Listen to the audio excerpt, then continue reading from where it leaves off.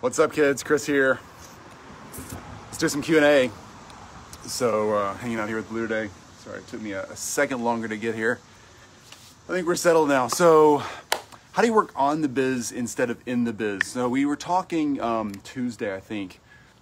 Yeah, Tuesday, in some Q&A, and the concept of really working on your business instead of in your business, and taking that time out to really get strategic planning done and really think about it and work on space in your own head where you can be strategic and get away from the hustle and bustle and the frantic nature. What's up, Justin? And the frantic nature of all the stuff that goes on in our heads, right? While we're constantly just staring at the screen, figuring out landing pages, marketing schemes, sales process. Junaid, what's up, dude? Great to see you, man.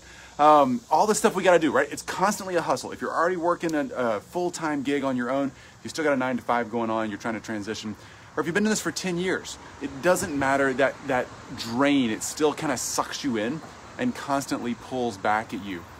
So here's how you start working on your business instead of in your business. Even Kelton, great question. What's up, Michael? Yo, dude, good to see you, man. Doing well. Hope you're doing well as well. So you got to get that hustle figured out, and you got to get space, right? So even if you're starting a new biz like Kelton is, you can so get that space back. So here's what you do. Some of this is just personal discipline, okay? That's the worst part of this, but it's a constant determination to create space. So if you have some big major event, let's just take ourselves out of our business for a second, kind of get the mindset around this. If there's some big major event going on for a close family or friend, and you're gonna have to show up, you will show up for that, right? I mean, you just will.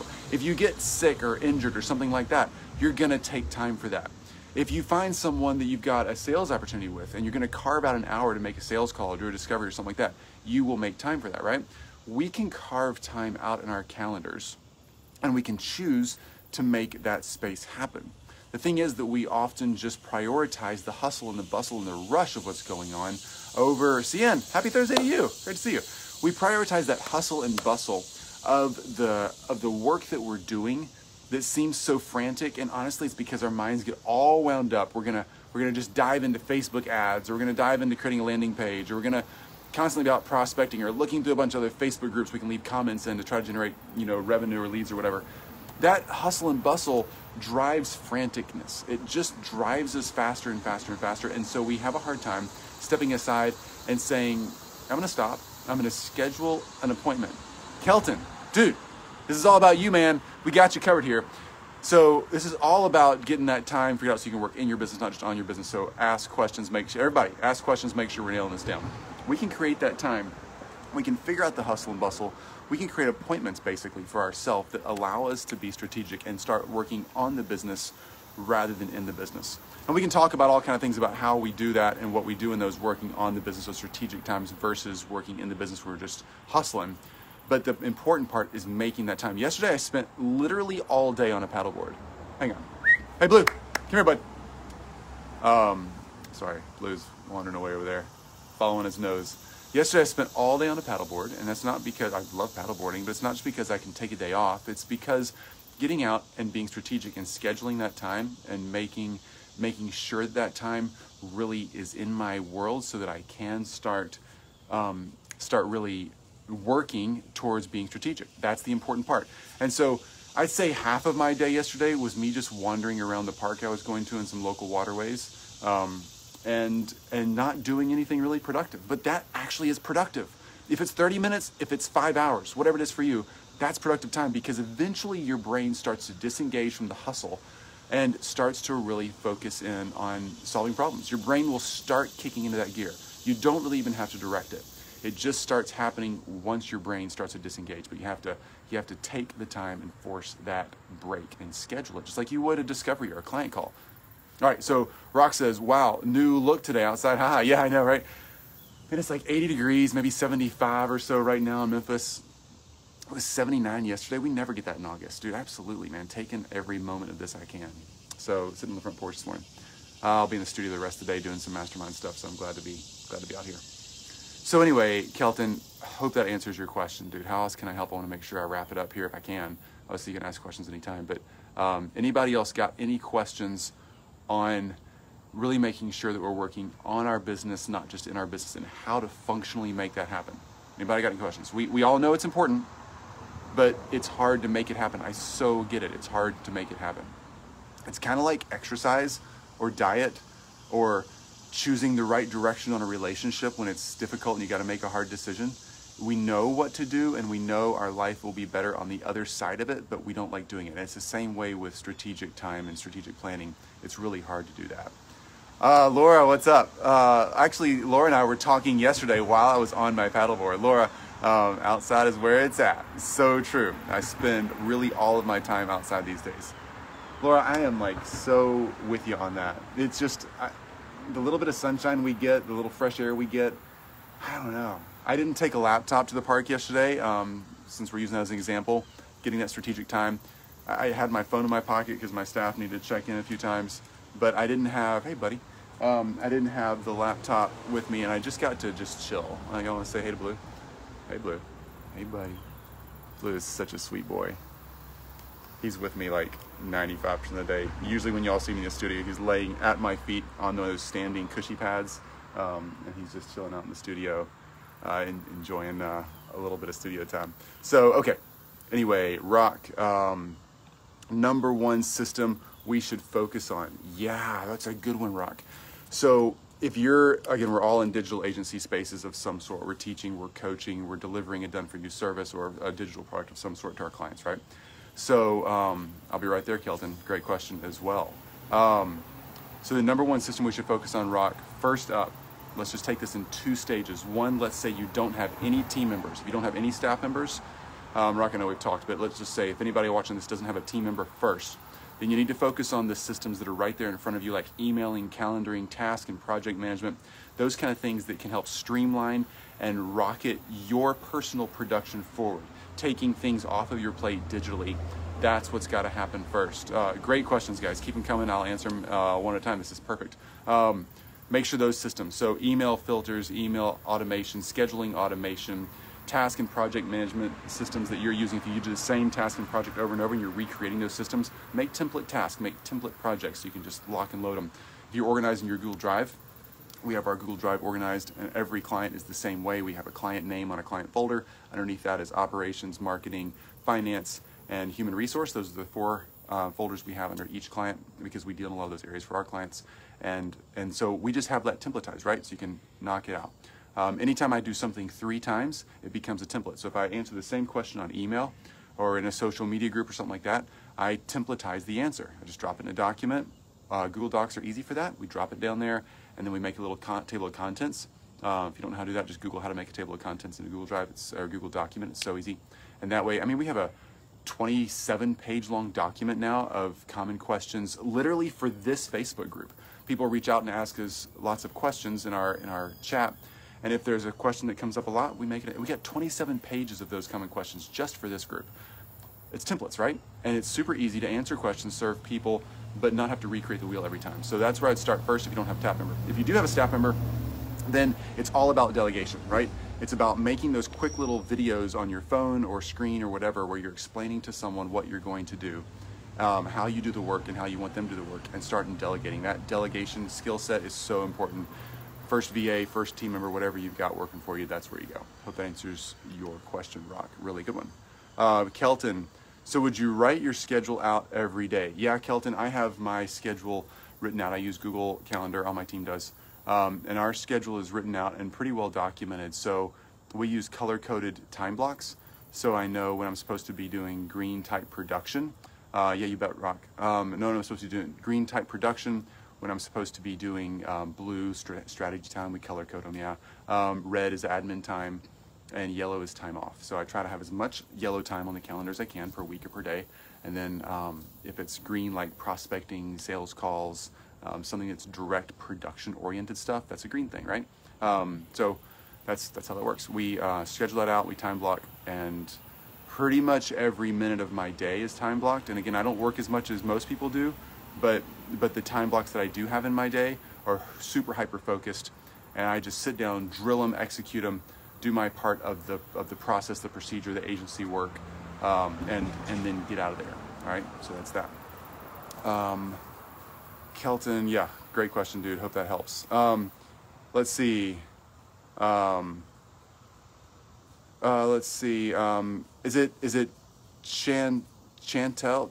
I want to make sure I say your name right. I wish we could talk in real person because I want to get your name right. I'm horrible at names. Sorry. So anyway, that's a really cool name though. I like how it's written. I like CHs, I guess, because my name's Chris. What's the main thing to keep as a priority? Prospecting and sales. If you can figure out the prospecting and sales cycle that you've got, right? If you can figure out the system around that, meaning a sales script, a prospecting script, a pattern that works for you. First, organically, that connects you and real people. And then second, what's actually closing the deal. There's a process for that. Sales scripts are so important. Whatever script you use, they're so important because they allow you to measure what's working and what's not in the sales process. That's the main thing to keep focused on. If you can make money and you can learn how to do that efficiently, then you can also learn any other system and any other form of building your agency, the machine around you, the people, or the technology. It's all about that initial cash flow coming in though. Cash fixes so many problems. Cash does not fix the problem of being determined and self-disciplined to get our time back and our lives back, but it does solve the problem of having enough money to hire a staff member or 10 staff members, or investing in software, investing in new technologies that can help us scale our time. So absolutely, first thing first, sales and prospecting. Prospecting and sales in that order, I guess. Super great question. If you're having trouble with that one, feel free to reach out, and anybody on my team could help you, I think, understand that a little more. There's some super easy tricks to the trade on that one. CN, we're having, by the way, Thea, it's great to see you. Kelton, you bet, man. Absolutely, glad you're here. What's up, Chris, Rock, and Chantel? Yeah, okay, Chantel? I think that's right. Yeah, the first try was right. I hope that's the right one. All right, let me jump back up here. Rock, I'm coming to your next question in just a sec.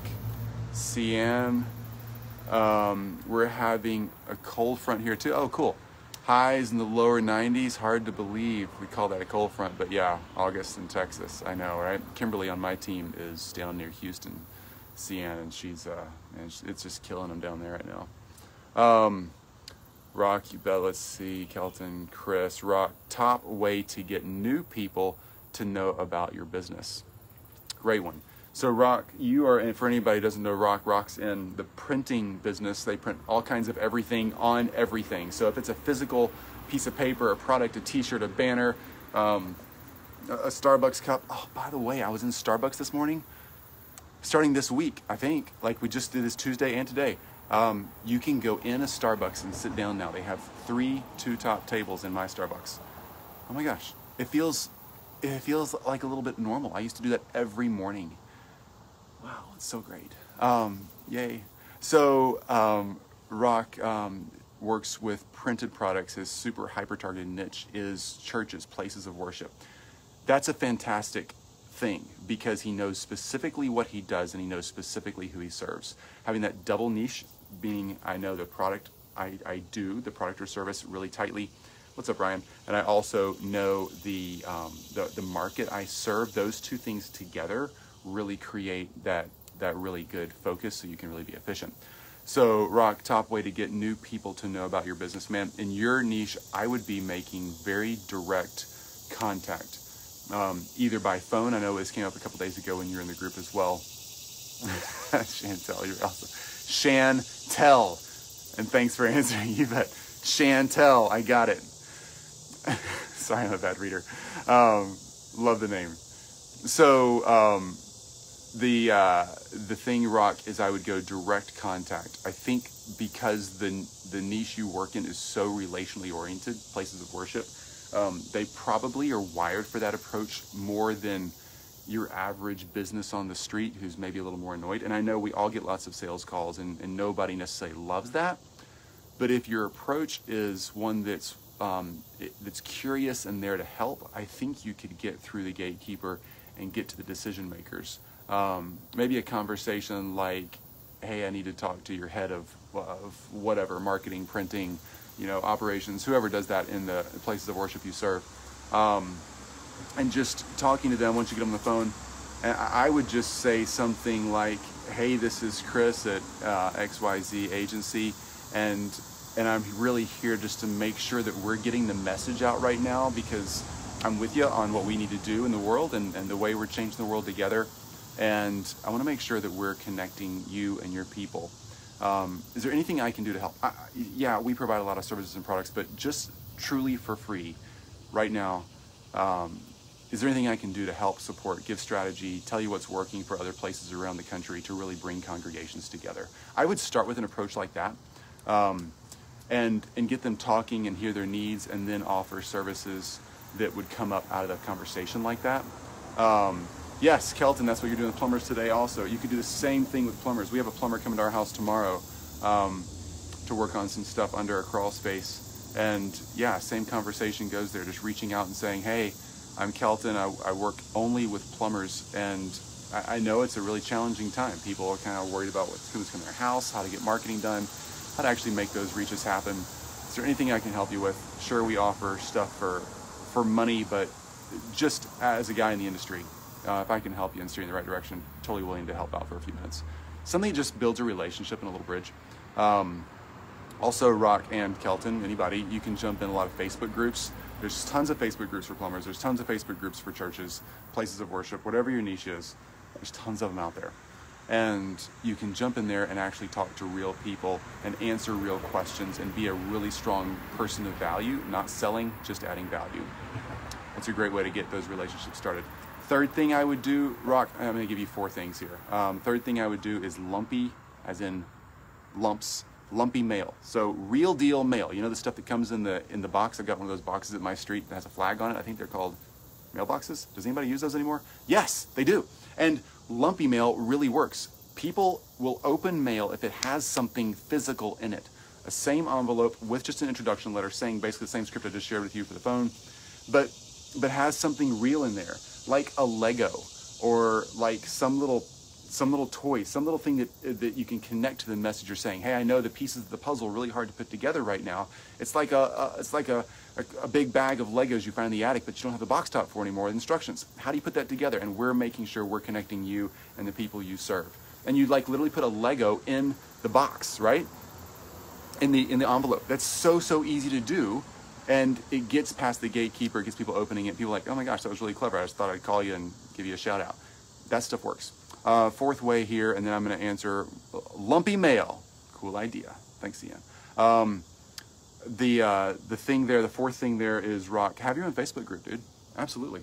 Have your own Facebook group that serves just places of worship, churches, however niche down you want to get there. I don't know if that's one direct group of places of worship, or if it's one religion, or if it's multiple religions, or in any religion, there's lots of different like sects inside that religion. I don't know how niche you want to go, but the tighter the better, just saying. It really works no matter what market you're serving in the world. The tighter the better. Kelton, if you're serving plumbers, being in residential or commercial plumbers is better than being in both. They have their own set of needs. Residential new construction only is a sub niche of plumbers, right? Get niche down. There's plenty of them out there. So, but having your own Facebook group where you're inviting people to that Facebook group that are in your niche and saying, hey, we're having conversations just about Rock for You, reaching congregations and places of worship every day in this Facebook group. We answer questions, we go live, we do something like this, right? You can do the same thing, Kelton, and just offer real deal help, build relationships and let people know who you are. And for both of your services, I'm sure that could turn into some great results. Okay. Brilliant, love it. Thanks, man. You bet, Rock. Okay. I think we got all the questions answered. Anybody else got any questions before I jump out of here? You guys are so fantastic. Tomorrow is Friday. Have y'all heard me say this before on a Thursday? Take time off. Enjoy your weekend. Ask a question right here if you got it. I'll be on here for just another second or two. Take time off on Friday, Saturday, or Sunday. Pick a day, pick 2 days, pick 3 days, pick half day. If you're hustling right now and it's hard to take a day off on the weekend, I totally get it. I've been there before. But take time off. You need the break. I'm ordering some lumpy stuff today. Awesome, Rock. Take time off. Take care of yourself. It's like being an athlete where you're a sprinter and a marathoner. When you're starting a practice, an agency, whatever, or if you're growing it or changing rapidly because of our current world situation, it's so important to take a few minutes off. The muscle of our brain is just like a leg muscle or an arm muscle or a heart muscle. If you don't take those breaks that you need periodically, like every week, at least every week, then you're going to get exhausted, you're going to get worn out, and your ability to connect to your market and your ability to really drive your world forward is going to be compromised. You're not going to be as strategic. You're not going to make wise decisions. You're not going to make decisions that really matter. You're going to get caught up in the hustle. And that's going to be a big deal. And you don't want to get caught in that. Don't get caught in that. So take some time off this weekend. Take care of you. Reload that heart. Reload your head. Watch some fun movies. Go for a walk. Hang out with friends. Do something out of the box and fun. And experience a little life so you can stay on top of it, so you can keep serving other people. All right, folks. Have a fantastic Thursday. Talk to you all next week. I might drop in a little bit tomorrow, but it'll probably be on Monday. We do our live Q&A. Again, send me questions. Drop them down here in the comments, and I'll catch them up the next time we chat. All right. Talk soon, guys. Bye.